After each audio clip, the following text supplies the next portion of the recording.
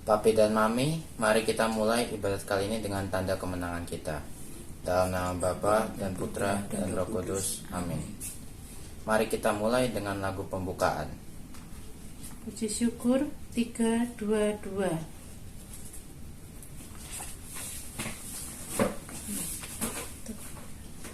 Saudara, mari semua hadaplah altar Tuhan kita, sambut tubuh dan darah dari Putera Allah. Haleluya, haleluya, haleluya, haleluya. Kita adalah satu, ingin hidup yang baru, satu budi dan hati dalam Roh Ilahi. Saudara, mari semua hadaplah altar Tuhan kita, sambut tubuh dan darah dari Putera Allah. Haleluya, haleluya, haleluya, haleluya. Mari kita lanjutkan dengan doa pembuka.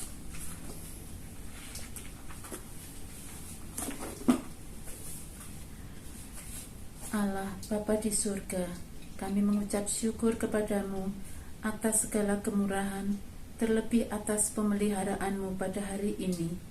Terima kasih pula atas bimbinganmu terhadap pikiran, perkataan, dan perbuatan kami sepanjang hari ini. Kini, utuslah Roh Kudus menerangi budi kami, supaya kami mengetahui dosa-dosa kami, dan berilah kami rahmat-Mu, supaya kami dapat menyesalinya dengan sungguh. Amin. Mari kita lanjutkan dengan bacaan. Pembacaan dari Yakobus 2 ayat 14 sampai dengan 26. Apakah gunanya saudara-saudaraku jika seorang mengatakan bahwa ia mempunyai iman, padahal ia tidak mempunyai perbuatan? Dapatkah iman itu menyelamatkan dia? Jika seorang saudara atau saudari tidak mempunyai pakaian dan kekurangan makanan sehari-hari, dan seorang dari antara kamu berkata, "Selamat jalan, kenakanlah kain panas dan makanlah sampai kenyang," tetapi ia tidak memberikan kepadanya apa yang perlu bagi tubuhnya. Apakah gunanya itu bagi tubuhnya?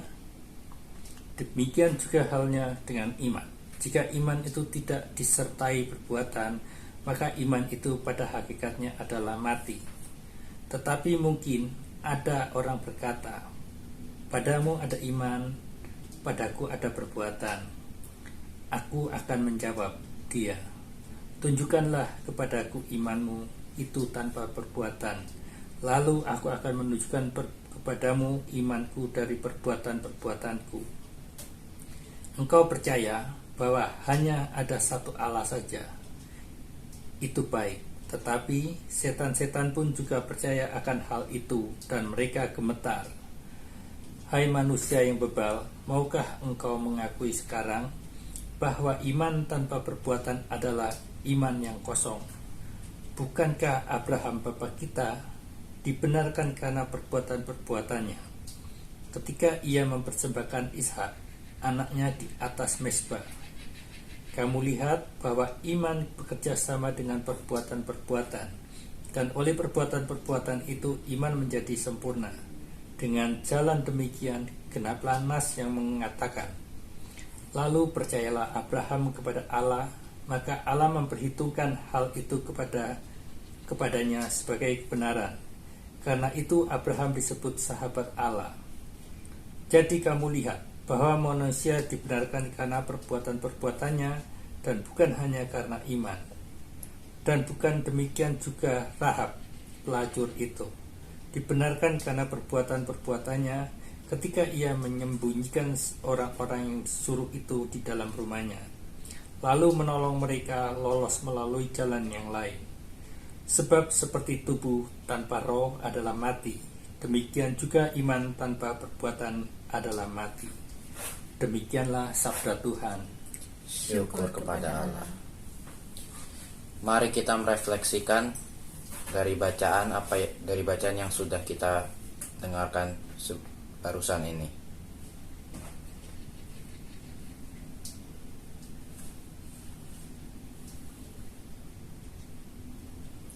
Iman tanpa perbuatan hakikatnya adalah mati. Hal itulah yang menjadi pembahasan utama dalam Injil Yakobus 2 ayat 14 sampai 26. Dalam Injil Yakobus 2 ayat 14 sampai 26 dengan jelas dikatakan bahwa iman yang tidak disertai dengan perbuatan pada hakikatnya adalah mati. Tertulis jelas dalam Yakobus 2 ayat 15 sampai 16. Jika seorang saudara atau saudari tidak mempunyai pakaian dan kekurangan makanan sehari-hari, dan seorang dari antara kamu berkata, "Selamat jalan, kenakanlah kain panas dan makanlah sampai kenyang," tetapi ia tidak memberikan kepadanya apa yang perlu bagi tubuhnya, apakah gunanya itu? Menunjukkan bahwa orang-orang butuh aksi nyata, tidak cukup hanya dengan perkataan atau belas kasihan. Orang-orang memerlukan empati, simpati saja tidak cukup untuk membantu orang-orang yang membutuhkan. Dalam Injil tadi tertulis dua contoh iman dengan perbuatan. Yang pertama yaitu pada saat Abraham mempersembahkan Ishak, anaknya, di atas mezbah. Pada saat itu Abraham benar-benar percaya kepada Allah, dan karena itulah Allah tahu bahwa Abraham takut akan Allah, dan kemudian Allah menggantikan Ishak dengan domba jantan untuk dijadikan persembahan. Yang kedua adalah kisah Rahab. Rahab telah mendengar tentang kuasa Allah Israel yang mengalahkan banyak bangsa, dan ia tahu orang Israel sedang menuju Yeriko sementara Allah menyerahkan kota itu ke tangan mereka. Ketika dua orang pengintai Israel datang ke Yeriko, Rahab melihat itu sebagai kesempatan emas dan ia bertindak. Ia menolong dua orang pengintai itu dengan menyembunyikan mereka di rumahnya. Atas tindakan berani Rahab ini, dua pengintai itu berhasil lolos. Dari dua contoh dalam bacaan tadi, terlihat jelas bahwa iman yang disertai perbuatan akan membuahkan hasil. Jika Abraham tidak berani mempersembahkan anaknya, Allah tidak akan tahu bahwa Abraham benar-benar takut padanya. Jika Rahab tidak membantu menyembunyikan dua pengintai Israel tersebut, maka kota Yeriko akan lebih sulit untuk jatuh ke tangan Israel. Inilah yang dimaksud oleh Santo Yakobus bahwa iman tanpa perbuatan pada hakikatnya adalah mati. Mari kita lanjutkan dengan doa umat. Marilah kita berdoa kepada Allah Bapa dengan perantaraan Yesus Kristus yang rela menderita demi keselamatan kita. Bagi semua anggota gereja, semoga mereka bisa menunjukkan iman dengan perbuatan. Marilah kita mohon. Kabulkanlah doa kami ya Tuhan. Bagi kita semua, semoga kita bisa membantu pelayanan gereja dengan perbuatan, tidak hanya dengan belas kasihan. Marilah kita mohon. Kabulkanlah doa kami ya Tuhan. Bagi orang yang memiliki iman tapi tidak melakukan sesuatu untuk perbuatannya, semoga hati mereka terbuka agar dapat menunjukkan iman mereka dengan perbuatan. Marilah kita mohon. Kabulkanlah doa kami ya Tuhan.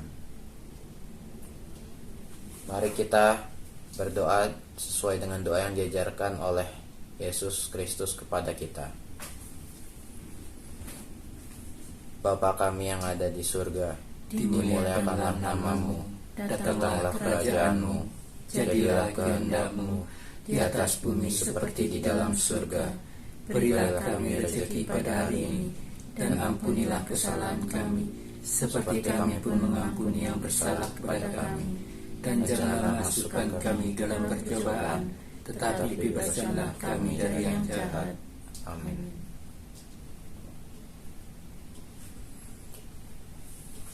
Mari kita lanjutkan dengan doa penutup. Tuhan, kunjungilah dan berkatilah kami malam ini. Lindungilah kami dari segala bahaya, dan jauhkanlah dari segala cobaan. Semoga damai sejahtera-Mu selalu menyertai kami. Limpahilah kami dengan rahmat-Mu. Semoga kami tidur dengan aman sentosa dan bangun dengan penuh semangat untuk menyambut fajar dan hari baru. Demi Kristus, Tuhan pengantara kami. Amin. Amin. Mari kita nyanyikan lagu penutup untuk menutup ibadah kali ini.